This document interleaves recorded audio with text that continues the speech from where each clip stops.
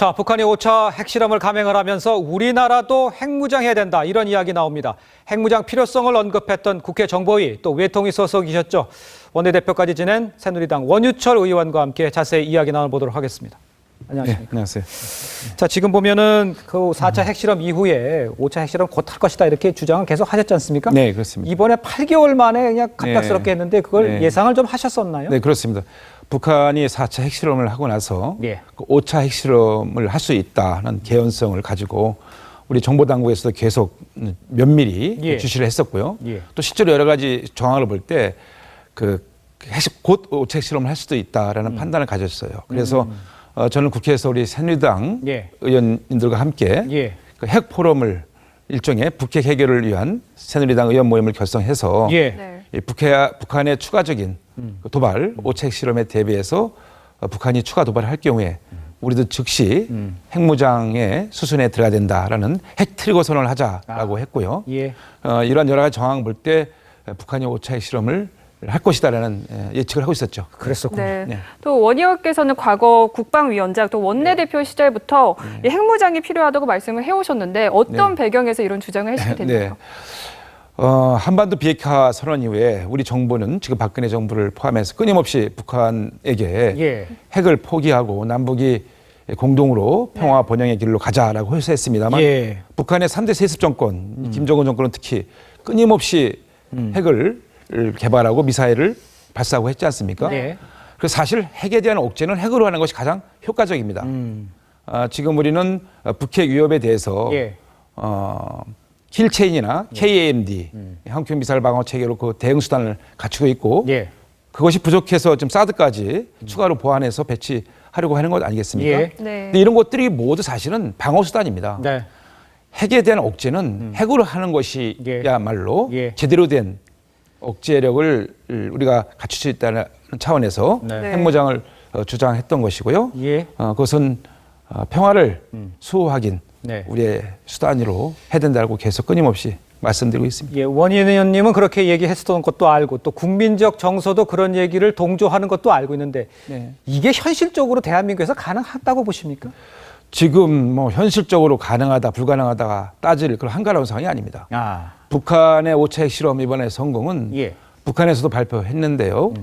스스로 이제 소형화, 경량화 또 맞춤형식으로 해서 그렇죠. 뭐 다종화를 했다는 거 아닙니까? 그렇습니다. 네. 이 금년만 들어서도 4차 핵실험을 했고 또 5차 핵실험을 했고요. 예. 끊임없이 미사일을 발사했지 않습니까? 예. 네. 이제 핵탄두를 그 미사일에 장착시킬 수 있는 그런 그 북핵의 위협이 우리에게 현실로 다가온 겁니다.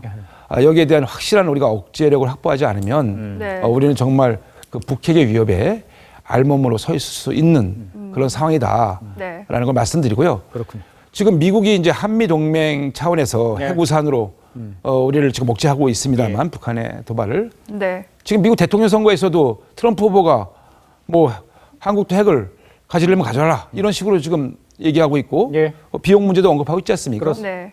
결국 우리 국민의 안위 예. 또 국가의 안위 예. 특히 국민의 안전은 우리 스스로 지켜야 된다. 근데 원 의원님 지금 말씀하신 것처럼 우리가 핵을 갖는다는 것 자체가 지금 사드만 가지고도 이런 상황인데 그걸 핵까지 갖다 놓으면은 놓겠다라는 계획을 가지고 있으면 중국이 이걸 가만히 있을 수 있을까요?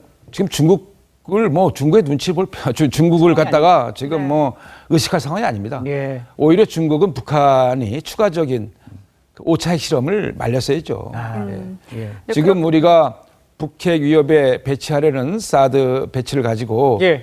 중국이 그동안 굉장히 저에게 여러 가지 압박을 했지 않습니까? 예. 근데 5차 핵실험으로 우리가 왜 사드 배치를 하려고 했던지를 예. 중국이 이제 설명을 해야 될 겁니다, 거꾸로. 그렇겠네요. 예. 네. 그렇다면 뭐 정부의 한반도 비핵화 정책 기조는 무력화됐다 이렇게 선언해야 되는 거 아닙니까? 선언하셔야 되는 거 아닙니까? 이제는 그동안의 우리 북핵 해결을 위한 그동안의 방식이 좀 달라져야 됩니다. 예.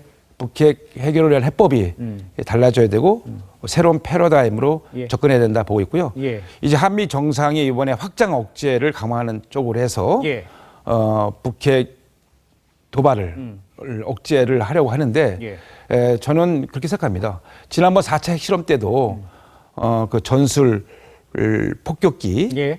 또 항공모함 이런 확장 억제 한미 연합 전력이 있습니다. 예. 또 특히 미국의 전력 자산이 있는데 예. 그 와서 이제 그 사책 실험 이후에 시위를 이제 해고 갔죠. 예. 네. 근데 정말로 이제는 곤란합니다. 더 이상 그냥 보여주기식 예. 뭐 에어쇼 같은 건 곤란합니다. 아. 이제 확실하게 예. 우리 대한민국 국민들에게 확장 억제를 분명하게 대한민국의 그동안 그 91년도에 한반도 비핵화 선언 이후에 예. 철수했던 전술핵을 재반입해서 재배치하고 예. 우리가 확고하게 자주적인 핵무장 할 때까지 예. 그걸 배치해서 우리 대한민국의 국민들의 그 안보 불안감을 해소하고 실제로 북한의 김정은 정권에게 분명한 메시지 예. 도발할 경우에는 확고한 우리가 그 한미 동맹이 그 도발에 대한 그 분쇄를 하겠다라는 메시지를 보여줘야 된다. 저는 이렇게 생각하고 있습니다. 알겠습니다. 지금까지 새누리당 원유철 의원과 함께 이야기 나눴습니다. 감사합니다.